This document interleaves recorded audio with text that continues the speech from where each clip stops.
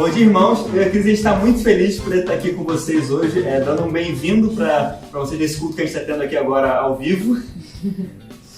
Bem, e a gente está marcando agora o início de uma nova fase. A gente teve um tempo onde cada igreja em casa fazia os cultos, e agora a gente está se preparando para esse momento onde a gente começa a pensar na nossa retomada aos cultos presenciais.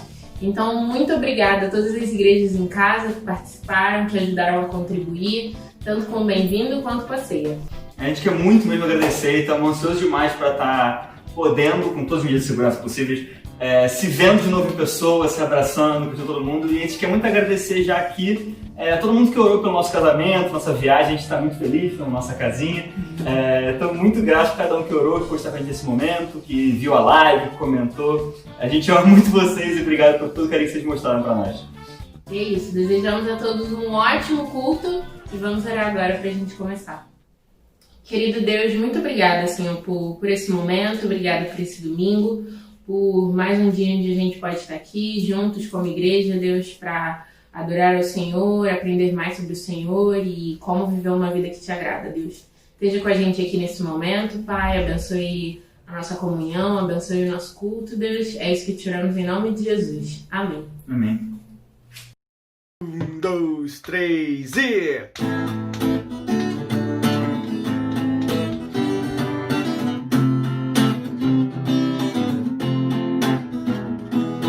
Deus e Pai a quem buscamos e que a morte destruiu, com a cruz a dor matou e pra pregar nos recrutou. O inimigo e opositor se afasta ao ouvir, Senhor. Mentiras e violências são os atos de Satanás.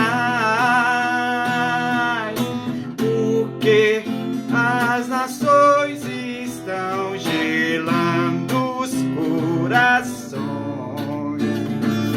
Gritem, peçam ao Eterno, dá-nos mais coragem. Outros com rigor mundano sempre atacam nossos planos, e nossa luta com fervor é para dar a Deus louvor. Contra todo o ódio e rancor, a resposta é nosso amor. Com carinho nos uniu, de poucos Deus tornou 100.000. Porque as nações estão gelando os corações. Gritem, peçam ao Eterno, dá-nos mais coragem. O mal, o coração, na decisão, coragem dá-nos, ó Senhor, o mal, o coração, na decisão, coragem dá-nos, ó Senhor, o mal, o coração, na decisão, coragem dá-nos, ó Senhor. Porque as nações estão gelando os corações. Gritem, peçam ao Eterno, dá-nos mais coragem. Coragem.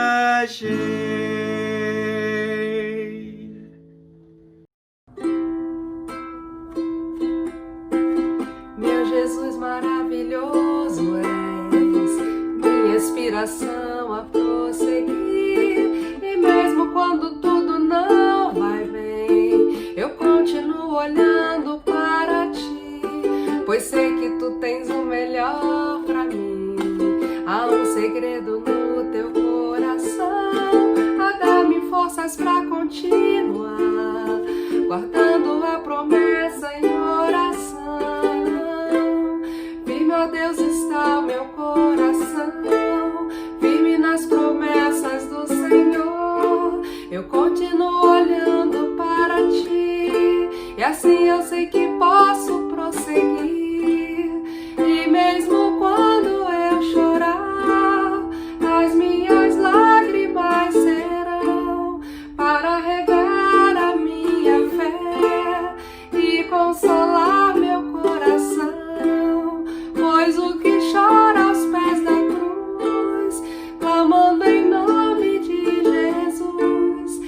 alcançará de ti, Senhor, misericórdia, graça e luz.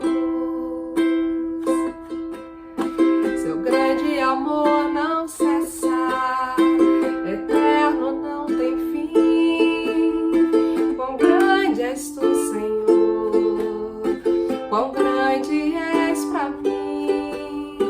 Tua graça é o meu refúgio, descanso no teu poder. Maravilhoso és pra mim.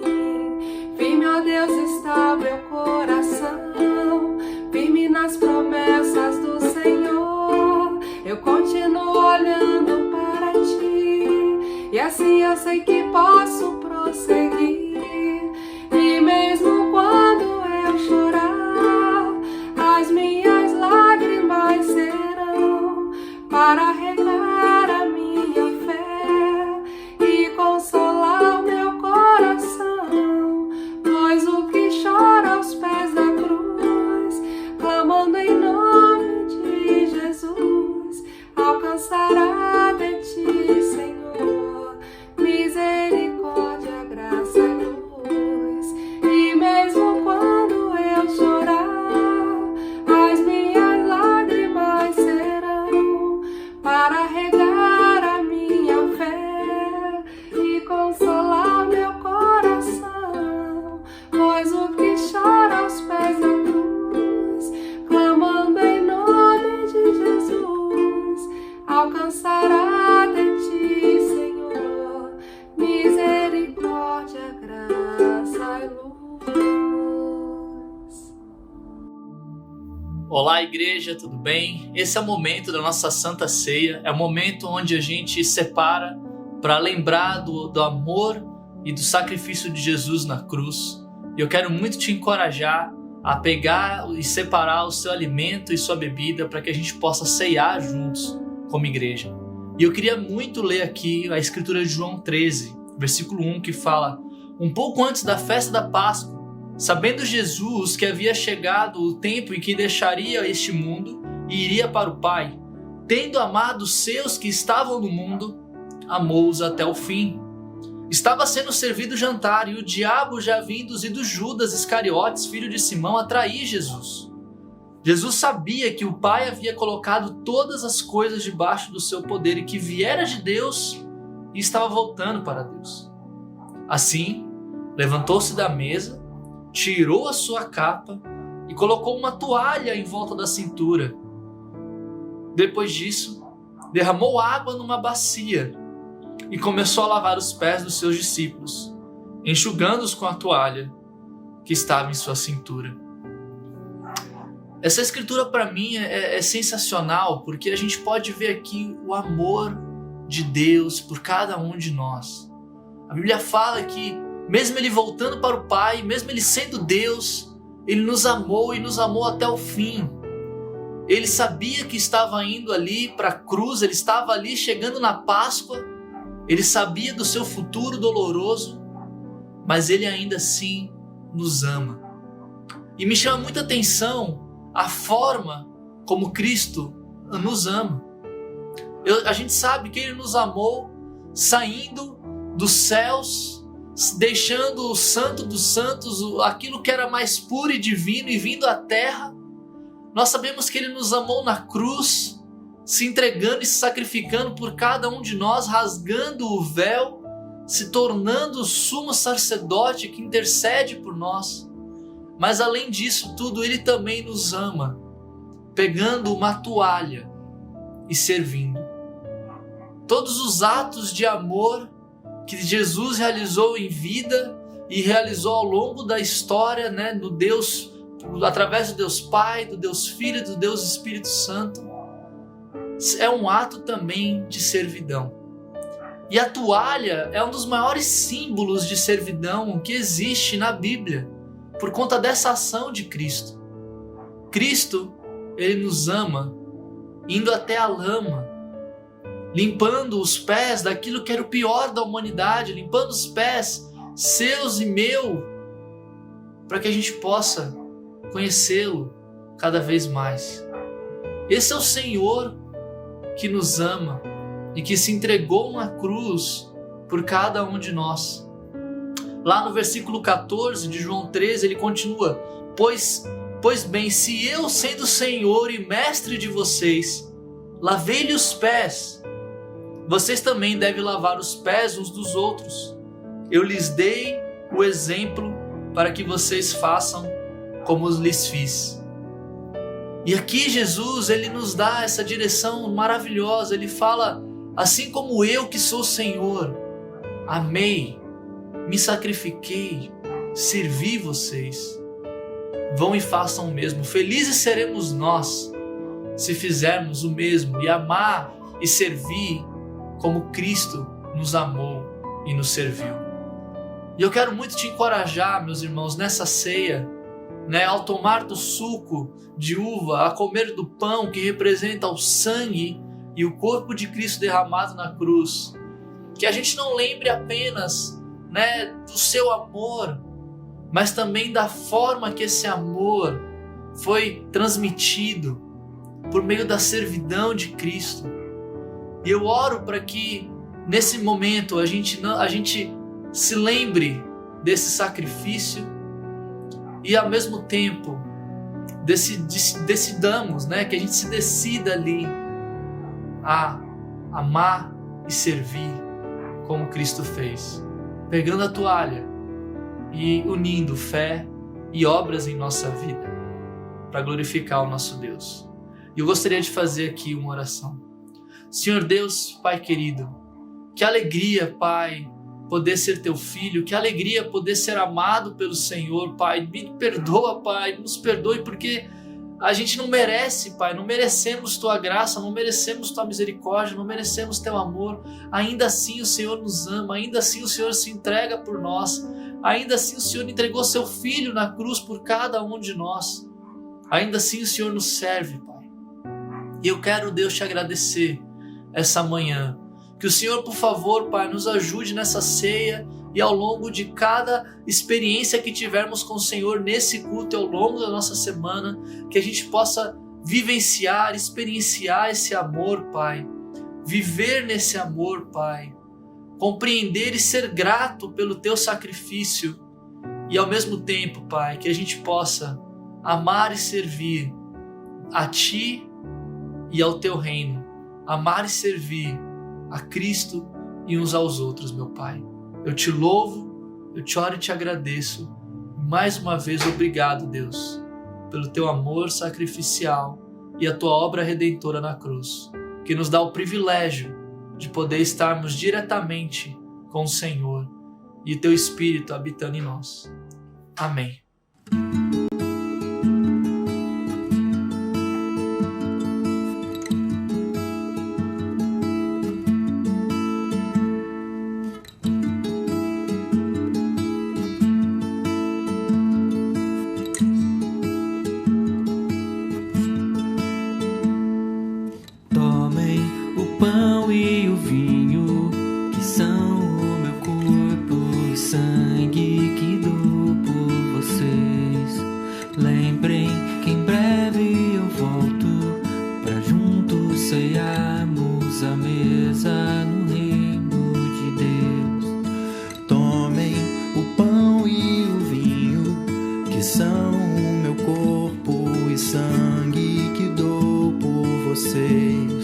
Lembrem que em breve eu volto pra juntos cearmos à mesa no reino de Deus.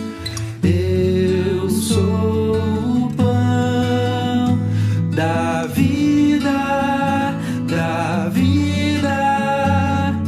Quem vem a mim nunca mais terá fome.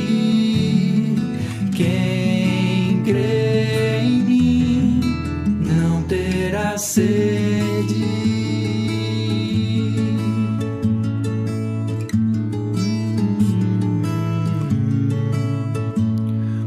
Tomem o pão e o vinho, que são o meu corpo e sangue que dou por vocês. vocês. Lembrem que em breve eu volto pra juntos cearmos à mesa no reino de Deus. Venham a mim os cansados, e eu lhes darei o alívio pra alma, e eu lhes darei o meu descanso.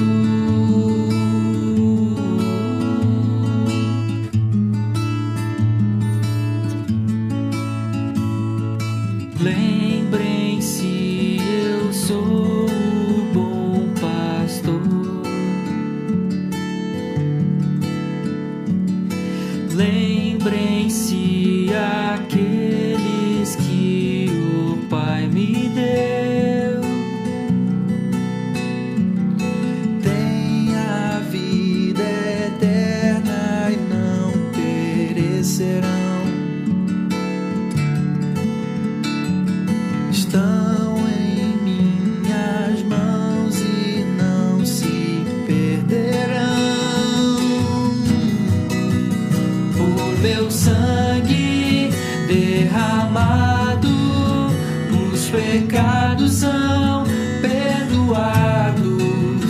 O meu corpo sim é dado por vocês, por vocês.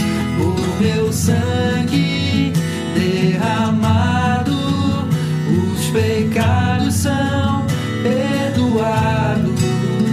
O meu corpo sim é dado por vocês, por vocês, por vocês.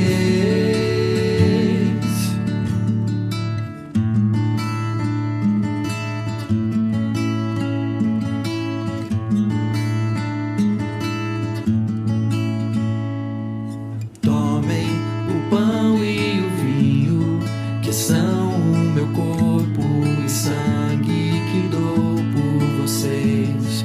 Lembrem que em breve eu volto pra juntos cearmos à mesa no reino de Deus.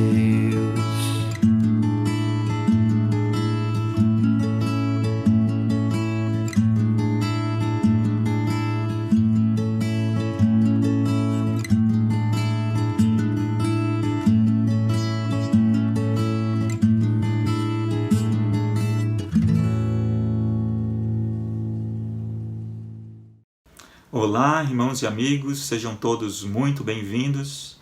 E hoje vamos encerrar a nossa série Minha Missão, Nosso Legado. Nas últimas 3 semanas temos conversado bastante a respeito da construção da nossa missão pessoal e hoje eu quero falar um pouco a respeito do legado. Legado é aquilo que deixamos para as próximas gerações. E deixar um legado não é apenas escrever uma lista de princípios e colar na porta da geladeira. Também não basta em nos esforçar para levar os nossos filhos para a salinha da nova geração e entregá-los ao professor, enquanto nós, pais, líderes e educadores, não fazemos a nossa parte. Para deixar um legado espiritual, é necessário viver uma vida de santidade, adquirir autoridade espiritual, viver em comunhão com o Pai, em submissão ao Filho, caminhando em união com o Espírito Santo em nossas vidas. Não adianta viver ou apenas nos vestir como igreja. É necessário ser igreja, participar da vida ativa de um organismo vivo, não somente de uma organização ou uma instituição religiosa, um organismo vivo onde Cristo é a cabeça. Vamos hoje olhar para as páginas das Escrituras, buscando encontrar homens que serviram as suas gerações, fazendo a diferença em seu tempo, a fim de que a vida desses homens inspirem as nossas na construção de um legado. Mas primeiro, vamos assistir esse vídeo que foi gravado em 1969. Okay, Neil, we can see you coming down the ladder now. Neil, we can see you coming. Okay, I just checked. Getting back up to that first step. That isn't collapsed too far. but it's adequate to get back up. Roger, we copy. It's a pretty good little jump. Buzz, this is Houston. F2, 1/160th second for shadow photography on the sequence camera. Okay. I'm at the foot of the ladder. The LEM footbeds are only depressed in the surface about 1 or 2 inches, although the surface appears to be very, very fine-grained as you get close to it. It's almost like a powder. Ground mass is very fine. I'm going to step off the LEM now. That's one small step for man, one giant leap for mankind. Esse vídeo retrata o momento em que o homem pisa pela primeira vez na Lua. Neil Armstrong entra para a história. O outro astronauta que fazia parte dessa tripulação que se tornou tão famoso quanto Neil chama-se Edwin Buzz Aldrin. Ele se tornou talvez até mais popular do que Neil, devido ao seu caráter mais expansivo. Neil Armstrong era mais recatado, não gostava de ficar diante das câmeras, diferente de Buzz Aldrin, que participou de filmes de Hollywood, comerciais de TV e até foi homenageado no filme Toy Story, com o personagem Buzz Lightyear. Meio século depois, as pegadas deixadas por Neil Armstrong e Buzz Aldrin permanecem visíveis como o DNA de inúmeras tecnologias que nós utilizamos hoje no nosso dia a dia. O programa Apollo consumiu mais de 150 bilhões de dólares em valores atuais, num esforço monumental que envolveu cerca de 400 mil profissionais ao longo de 12 anos. Praticamente todo e qualquer aparelho eletrônico que nós utilizamos hoje em nossas vidas é fruto dos imensos avanços na miniaturização e integração de circuitos eletrônicos e do desenvolvimento de materiais semicondutores e outras tecnologias. Os smartphones que nós utilizamos hoje não seriam possíveis sem a Apollo 11. Isso sem falar nas tecnologias pioneiras de comunicação wireless, desenvolvidas para se comunicar com os astronautas e monitorar sua saúde lá no espaço. Ou talvez as outras técnicas, como a de congelamento e desidratação de alimentos, que precisaram ser desenvolvidas para empacotar as refeições dos astronautas, hoje são amplamente utilizadas nas indústrias de fármacos e alimentos aqui na Terra. As técnicas de processamento de imagens digitais desenvolvidas lá pelo Laboratório de Propulsão a Jato da NASA na década de 60 para melhorar a qualidade das imagens que eles obtinham da Lua, elas contribuíram imensamente para o desenvolvimento das máquinas de ressonância magnética e tomografia computadorizada, hoje utilizadas nos hospitais no mundo inteiro para detectar tumores, fraturas e uma série de outros problemas com benefícios imensos para a saúde humana.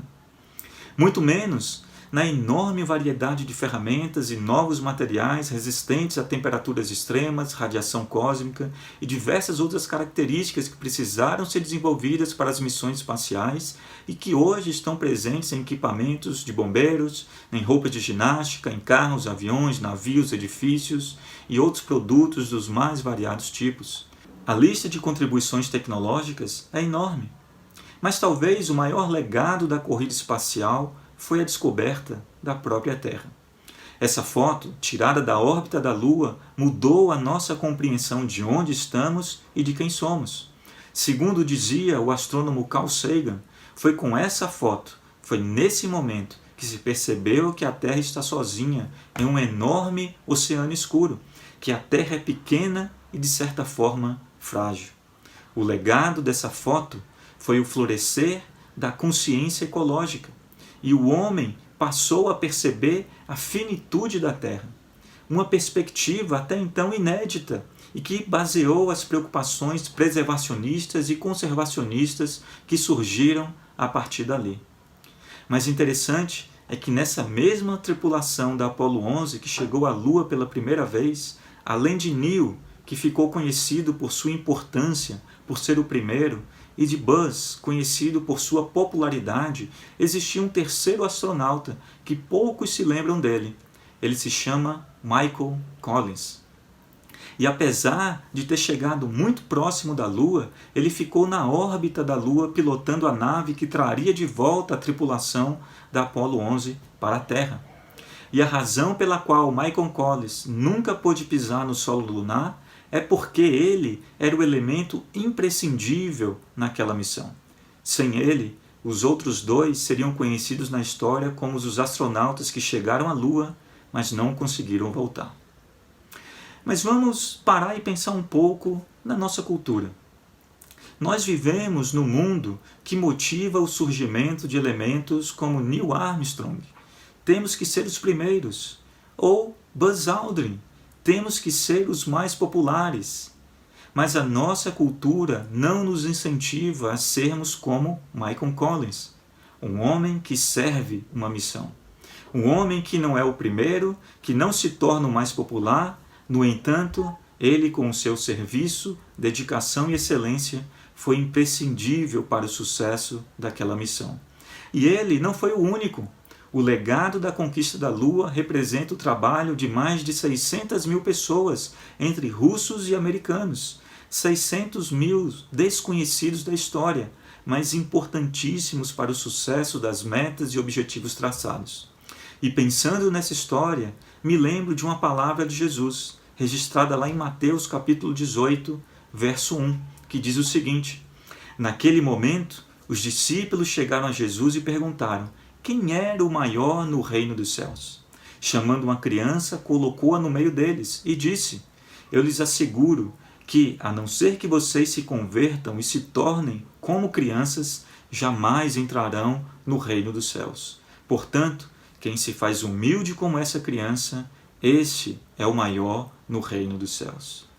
E eu queria chamar a sua atenção para a frase do primeiro verso. Quem é o maior no reino dos céus? E depois a frase do último verso que nós lemos. Quem se faz humilde, esse é o maior no reino dos céus. Pensando nesse texto, eu sou forçado a concluir que a eternidade nos reserva inúmeras surpresas. E quando nós olhamos a história da igreja e do povo de Israel, somos levados a valorizar aqueles que estiveram à frente dos processos, aqueles que se tornaram populares devido à sua personalidade mais expansiva. E muitas vezes não observamos que por detrás desses homens existiram sim elementos imprescindíveis, homens e mulheres que não se tornaram os mais populares, que não foram tidos como os primeiros a fazerem qualquer coisa, mas, no entanto, na eternidade, esses homens e mulheres serão profundamente valorizados por Deus, porque na ótica da eternidade eles foram tidos como imprescindíveis nos processos históricos. Vem comigo agora ao deserto do Oriente Médio nos tempos de Moisés. Os hebreus passaram 40 anos vagando pelo deserto na busca da terra prometida. Quando Moisés faleceu, ele transmitiu a sua liderança a um homem chamado Josué. E finalmente os hebreus estavam prontos para saírem do deserto e entrarem na terra prometida, mas sob uma nova liderança. O novo líder estava dando novos tipos de ordem, para que todos se unissem nesse mesmo propósito. Vamos lá em Josué, capítulo 1, leia a partir do verso 10.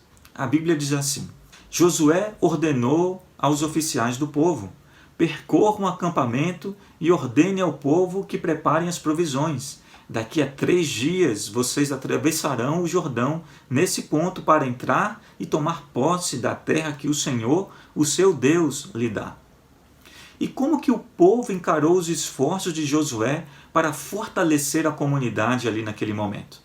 Verso 16 diz assim: então eles responderam a Josué: tudo o que você nos ordenar, faremos, e aonde quer que nos enviar, iremos. Assim como obedecemos totalmente a Moisés, também obedeceremos a você. Somente que o Senhor, o seu Deus, esteja com você, como foi com Moisés. Todo aquele que se rebelar contra as suas instruções e não obedecer às suas ordens, seja o que for que você lhe ordenar, será morto. Somente seja forte e corajoso. Como que aquele grupo reagiu? Tudo o que você nos ordenar, faremos. Isso é cooperação. E aonde quer que nos enviar, iremos. Isso é flexibilidade. Assim como obedecemos a Moisés, também obedeceremos a você. Isso é compromisso. Todo aquele que se rebelar contra as suas instruções e não obedecer às suas ordens, seja o que for que você lhe ordenar, será morto. Isso é lealdade. Somente seja forte e corajoso. Isso é encorajamento. 5 características de uma comunidade que trabalha unida por um propósito e na construção de um legado: cooperação, flexibilidade, compromisso, lealdade e encorajamento. E pelo exercitar dessas qualidades, os hebreus conseguiram entrar na terra prometida com sucesso. Josué sozinho não fez nem faria nada. Que nós possamos aprender com eles para podermos aplicar esses princípios na nossa igreja. Uma comunidade que trabalha unida em cooperação, flexível, compromissada, leal e encorajadora. Quem não quer fazer parte de uma igreja assim? Dentro do seu chamado, da sua missão pessoal para servir, seja lá em qual for o ministério, você é muito importante. Mas você pode estar pensando, quem sou eu para realizar uma obra tão grande? Em Atos capítulo 1, versículo 8, a Bíblia diz o seguinte, Jesus falando aqui para os seus discípulos: mas receberão poder quando o Espírito Santo descer sobre vocês, e serão minhas testemunhas em Jerusalém, em toda a Judéia e Samaria, até os confins da terra. Jesus capacitou os seus discípulos para a missão. E quem eram eles? Pescadores, cobradores de impostos, pessoas simples. Jesus não prometeu autoridade ou influência a eles. Em vez disso, ele prometeu poder, o único recurso que de fato eles precisavam. Jesus investiu tempo e energia no desenvolvimento desses homens e supriu o que necessitavam para a realização dessa tarefa. E o poder é representado pela presença do Espírito Santo nas vidas desses homens. Em João capítulo 16, a partir do verso 5, Jesus fala sobre isso. A Bíblia diz: agora que vou para aquele que me enviou, nenhum de vocês pergunta para onde vais? Porque falei essas coisas, o coração de vocês encheu-se de tristeza. Mas eu lhes afirmo que é para o bem de vocês que eu vou. Se eu não for, o conselheiro não virá para vocês. Mas se eu for, eu o enviarei. Quando ele vier, convencerá o mundo do pecado, da justiça e do juízo. Do pecado, porque os homens não creem em mim. Da justiça, porque vou para o Pai, e vocês não me verão mais. E do juízo, porque o príncipe desse mundo já está condenado. Tenho ainda muito que lhes dizer, mas vocês não o podem suportar agora. Mas quando o Espírito da verdade vier, ele os guiará a toda a verdade. Não falará de si mesmo, falará apenas o que ouvir e lhes anunciará o que está por vir. Ele me glorificará, porque receberá do que é meu e tornará conhecido a vocês. Tudo o que pertence ao meu Pai é meu. Por isso eu disse que o Espírito receberá do que é meu e o tornará conhecido a vocês. Jesus está falando aqui sobre a vinda do Espírito Santo para capacitar os discípulos, o poder para transformar a visão em realidade. A visão que temos construído para a nossa igreja, o legado que queremos construir, será fruto daquilo que o Espírito Santo tem nos capacitado. A dependência de Deus é o que nós buscamos. Nós precisamos lembrar que não estamos trabalhando sozinho. E eu poderia aqui falar de tantos exemplos: Noé, Abraão, Moisés, Davi, homens que não tinham nada de especial, mas que foram capacitados por Deus. Mas eu tenho certeza que o Espírito Santo já tem feito grandes coisas no nosso meio, e você é um exemplo disso. Não deixe Satanás te convencer de que você é capaz ou habilidoso, mas permita que o Espírito Santo seja atuante e te leve nos propósitos de Deus para a sua vida. E para terminar, abra comigo aí em Mateus capítulo 25, verso 14.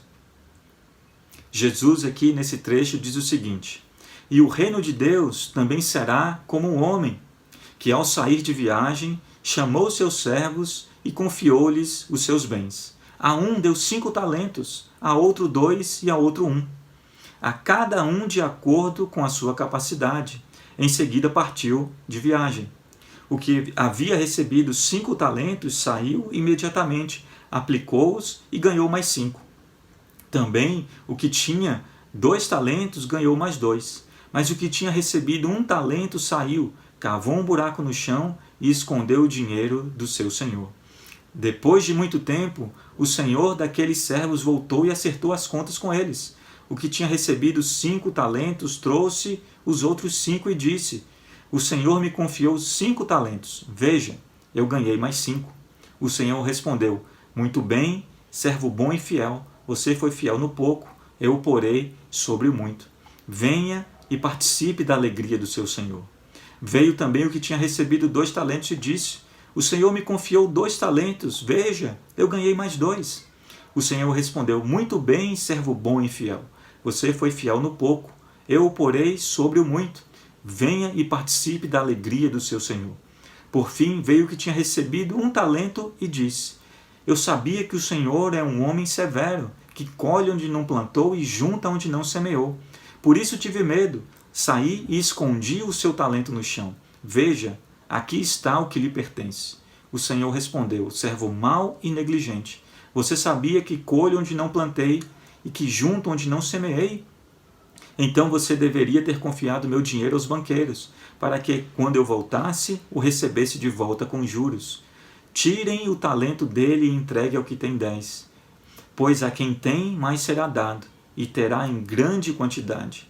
Mas a quem não tem, até o que tem lhe será tirado.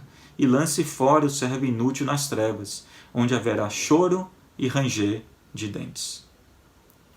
Nós temos uma missão a cumprir que nos foi confiada por Cristo Jesus. E aquilo que você recebeu para o cumprimento dessa missão não é seu. Você deve multiplicar o que você recebeu. O seu dom não é para o seu uso pessoal e exclusivo. Ele foi lhe dado com um propósito, o propósito de ser usado na edificação da igreja.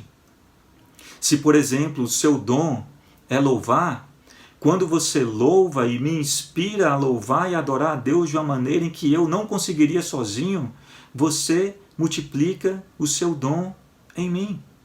Se o seu dom é ensinar, quando eu aprendo algo novo com você e passo a transmitir esse conhecimento a outras pessoas, você está multiplicando o seu dom.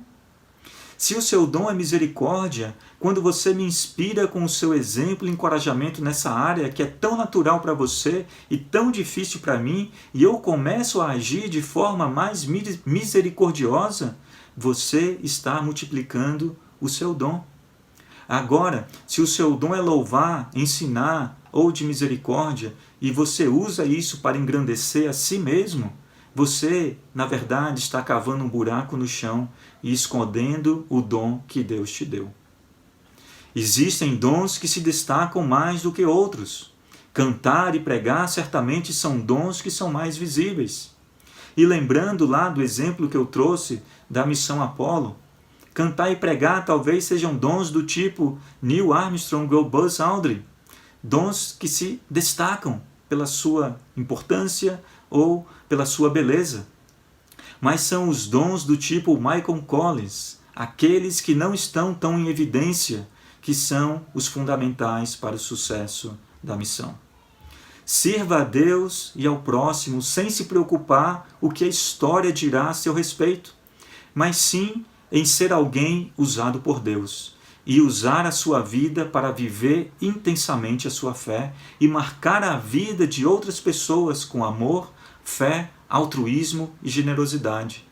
Sirva a Deus com o foco de ter o seu nome escrito no livro da vida, pois aqueles que tiverem com seus nomes escritos nesse livro, um dia serão recebidos por Jesus e ouvirão dele: muito bem, servo bom e fiel, venha e participe da alegria do seu Senhor. Pois nos céus não haverá anônimos, apenas servos bons e fiéis. E parafraseando meu amigo Buzz Lightyear, ao infinito e além, rumo à eternidade. Esse é o nosso destino. E tornar Deus conhecido, esse é o maior legado que nós podemos deixar como igreja para gerações futuras. Um forte abraço, que o Senhor os abençoe e até uma próxima oportunidade. Tchau! Olá, irmãos! Bom dia! Muito obrigada por esse culto incrível. Quero agradecer muito ao Caio pela ceia. Obrigada, Ian e Cris, por nos servir com esse bem-vindo incrível. Obrigada, irmãos, que nos encorajaram nessa manhã com esse lindo louvor. E quero muito agradecer, Eduardo, pelo culto, por nos lembrar, sempre dos nossos dons, daquilo que Deus tem nos dado para que a gente possa servir, a igreja, servir os nossos irmãos, servir as pessoas. Hoje a gente encerra esse ciclo, de aulas, que é Minha Missão, Nosso Legado. Muito obrigada ao Caio e Eduardo por essa série de aulas, de pregações, falando sobre esse assunto. Também quero encorajá-los, a rever todas essas aulas e, inclusive, rever as aulas que foram feitas pelo Denilson sobre generosidade, Então é isso, irmãos. De repente o Espírito está te incomodando e você está pensando como que você pode servir, Com certeza o Espírito já tem te dado ideias. Então procure, por favor, procure os irmãos no conselho, porque nós já estamos encerrando, já estamos na terceira fase do planejamento estratégico e a gente quer muito começar esse mês de dezembro já com uma direção sobre isso. Então procure os irmãos e sirva, Coloque onde você quer servir, ou se você quer servir, mas você não tem ideia do que servir, procure os irmãos, com certeza eles vão te ajudar, tá bom? Um ótimo domingo a todos, uma ótima semana, que Deus nos abençoe.